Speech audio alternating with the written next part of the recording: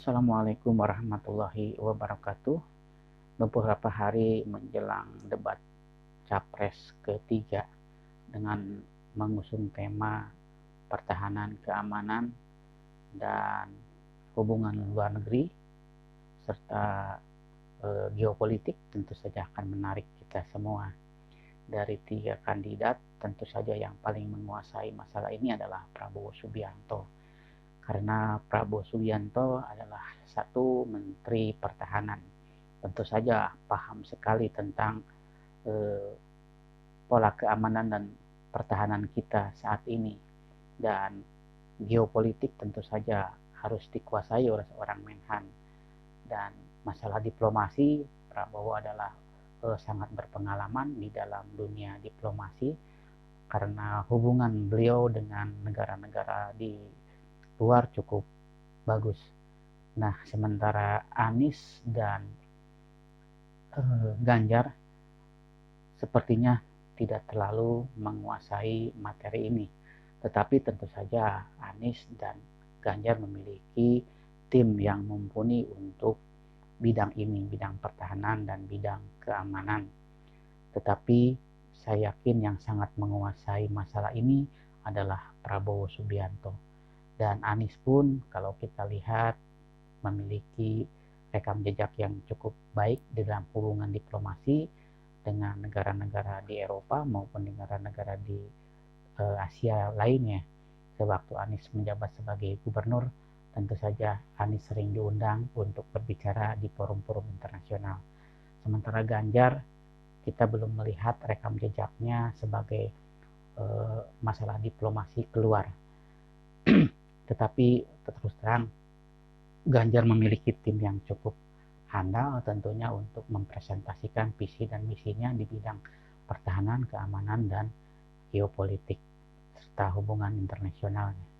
Jadi kalau panggung nanti sebenarnya akan dikuasai oleh Prabowo, tetapi siapa tahu Anies dan Ganjar akan lebih hebat menyampaikan visi dan misinya, meskipun mereka secara latar belakang tidak memiliki kemampuan atau kapasitas seperti itu.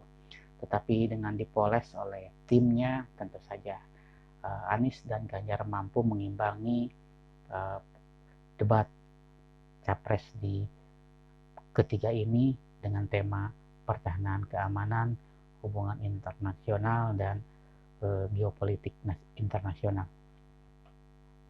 Tetapi di situ nanti akan sangat menarik jika terjadi tanya jawab atau dialog. Sepertinya kubu Amin dan kubunya Ganjar Mahfud ini akan mencerca Prabowo atau terus menghajar Prabowo dengan isu-isu seperti pembelian kapal bekas dari luar ya, kemudian masalah food estate yang gagal total gitu.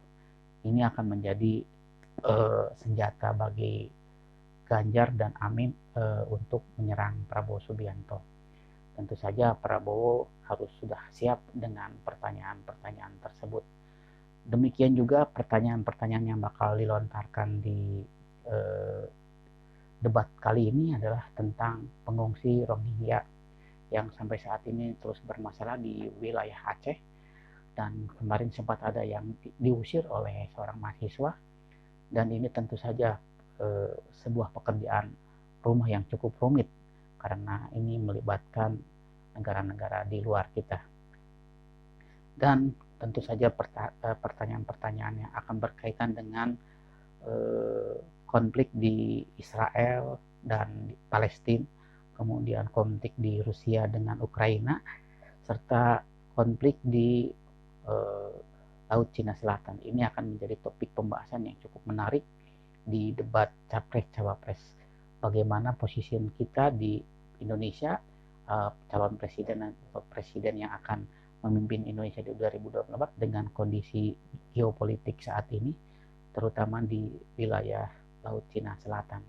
Karena di situ Amerika, Cina, dan negara-negara lainnya sudah siap-siap dengan armada-armada perangnya di wilayah tersebut, karena itu adalah wilayah yang sangat strategis dan sangat rentan dengan konflik-konflik internasionalnya. Maka ketiga calon wakil presiden dan wakil presiden harus mampu untuk memberikan visi dan misinya di masalah tersebut, yaitu masalah internasionalnya seperti masalah Rohingya, kemudian masalah Palestina, masalah Ukraina, dan masalah Laut Cina Selatan. Kita tunggu saja apa pendapat mereka tentang geopolitik Indonesia ke depan. Apakah kita akan jadi penonton, apakah kita akan menjadi pemain khususnya di Laut Cina Selatan yang berdekatan sekali dengan negara kita.